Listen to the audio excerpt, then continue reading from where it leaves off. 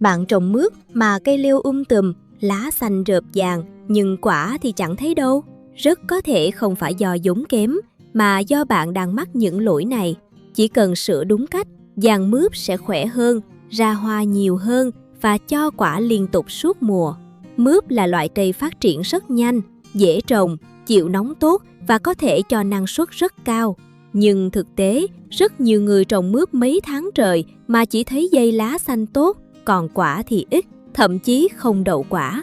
Hôm nay cô ba sẽ chia sẻ những nguyên nhân phổ biến nhất khiến mướp trồng mãi không sai quả, để mọi người tránh ngay từ đầu.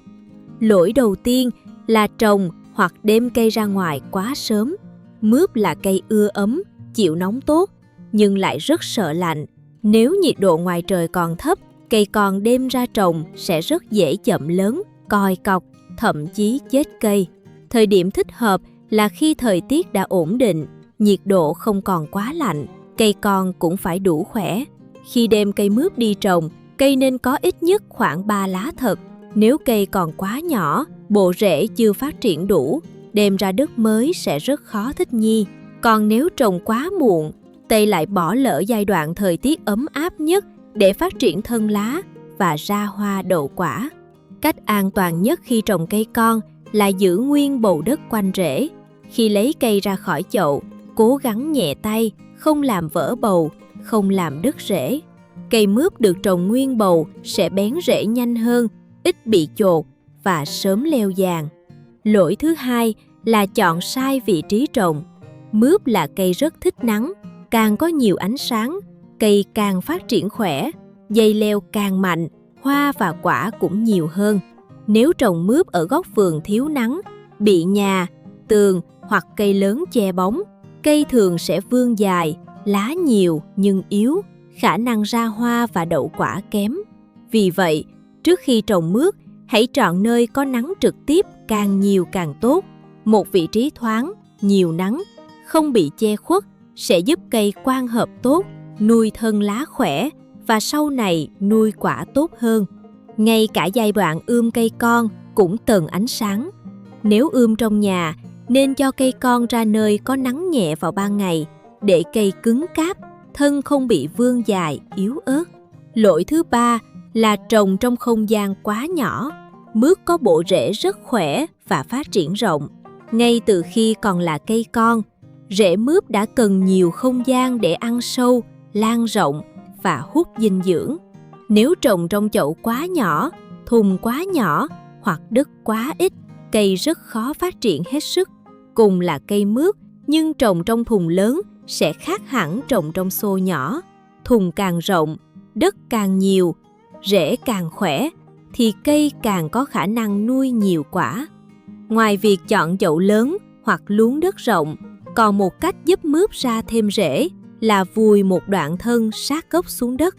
Khi dây mướp đã dài một chút, bạn có thể nhẹ nhàng đặt phần thân gần gốc xuống một rãnh nông, phủ đất ẩm lên trên. Phần thân tiếp xúc với đất sẽ có cơ hội mọc thêm rễ mới, giúp cây hút nước và dinh dưỡng tốt hơn. Nếu nơi bạn sống có mùa ấm ngắn, không tiện vùi dây nhiều lần, có thể trồng cây con sâu hơn một chút.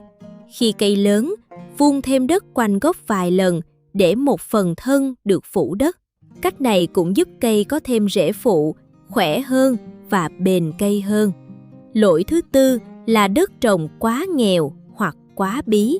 Mướp tuy là cây dễ tính, có thể sống trên nhiều loại đất, nhưng nếu muốn cây sai quả thì đất phải đủ tốt. Đất lý tưởng cho mướp là đất sâu, tơi xốp, giàu hữu cơ, thoát nước tốt nhưng vẫn giữ ẩm và giữ phân.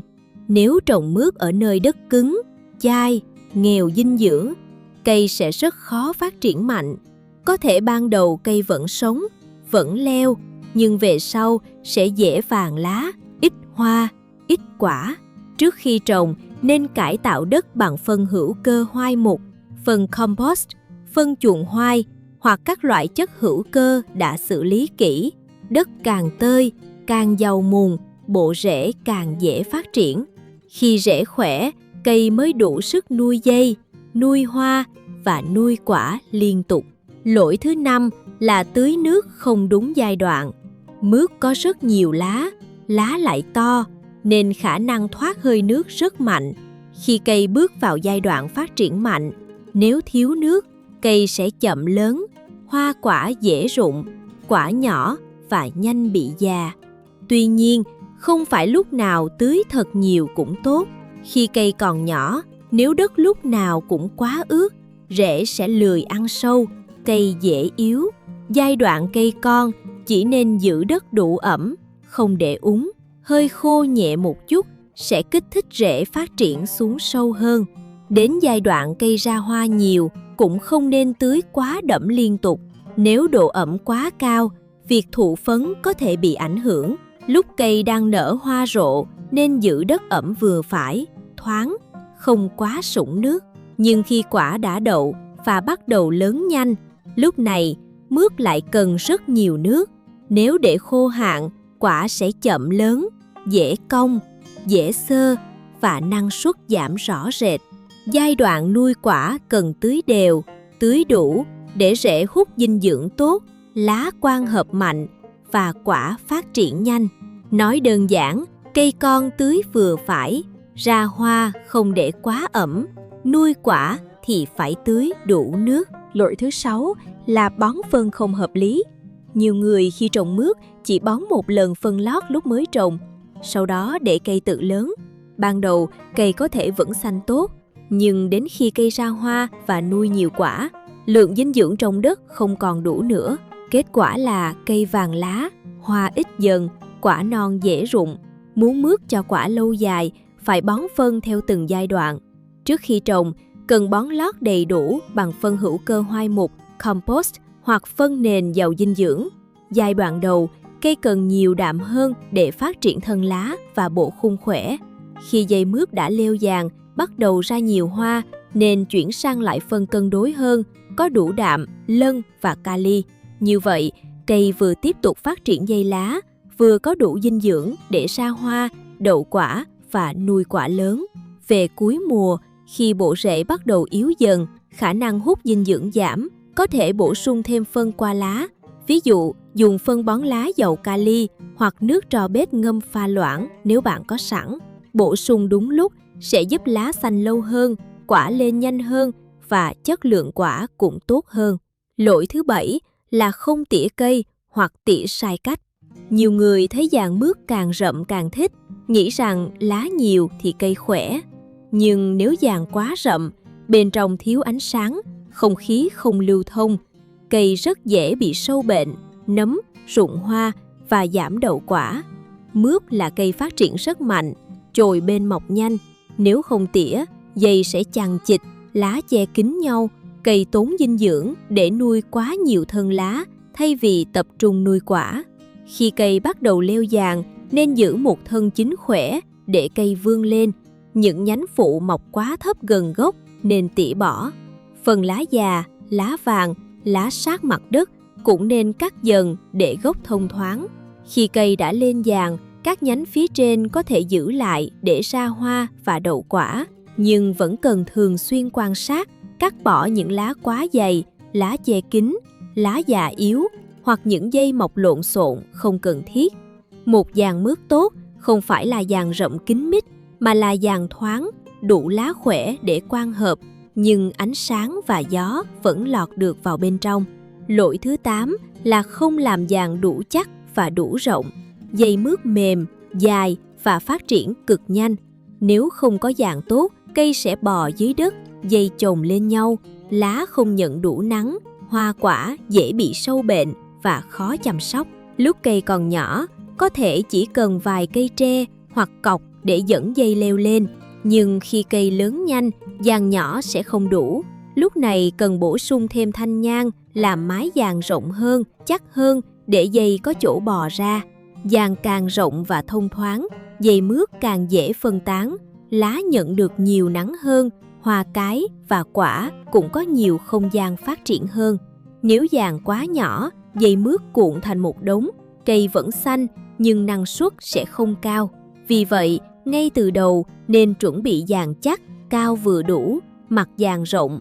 Đừng đợi cây leo kín rồi mới sửa, lúc đó dây dễ rối và rất khó thao tác. Lỗi thứ 9 là thu hoạch quá muộn. Mướp lớn rất nhanh, có khi chỉ vài ngày không để ý, quả đã già, vỏ cứng, ruột xơ. Nếu để quá nhiều quả già trên cây, cây sẽ dồn dinh dưỡng vào những quả đó, làm các quả non khác chậm lớn hoặc bị rụng. Với các loại cây họ bầu bí nói chung, thu hoạch đúng lúc rất quan trọng. Càng hái những quả đã đạt kích thước ăn được, cây càng có động lực nuôi thêm hoa và quả mới. Khi cây còn nhỏ mà đã đậu một quả quá sớm ở gần gốc, đôi khi nên hái bỏ quả đó để cây tập trung nuôi dây trước. Bộ dây đủ khỏe, giàn đủ lớn thì sau này mới cho nhiều quả hơn. Vào mùa mướp phát triển mạnh nên kiểm tra giàn mỗi ngày, quả nào đã đủ non, đủ lớn thì hái ngay. Đừng tiếc để thêm vài ngày vì mướp già rất nhanh và còn làm giảm sức nuôi của cả cây. Tóm lại, muốn mướp sai quả, bạn cần nhớ mấy điểm chính: trồng đúng thời điểm, chọn nơi nhiều nắng, cho cây đủ đất và đủ không gian, cải tạo đất tốt, tưới nước theo từng giai đoạn, bón phân đều, tỉa giàn thông thoáng, làm giàn chắc, rộng và thu hoạch đúng lúc. Mướp không phải là cây khó trồng, nhưng nếu chỉ để cây tự leo tự lớn, cây rất dễ rậm lá mà ít quả. Chăm đúng từ đầu, giàn mướp sẽ khỏe hơn, hoa nhiều hơn, quả ra liên tục và bạn sẽ có mướp non để hái suốt mùa.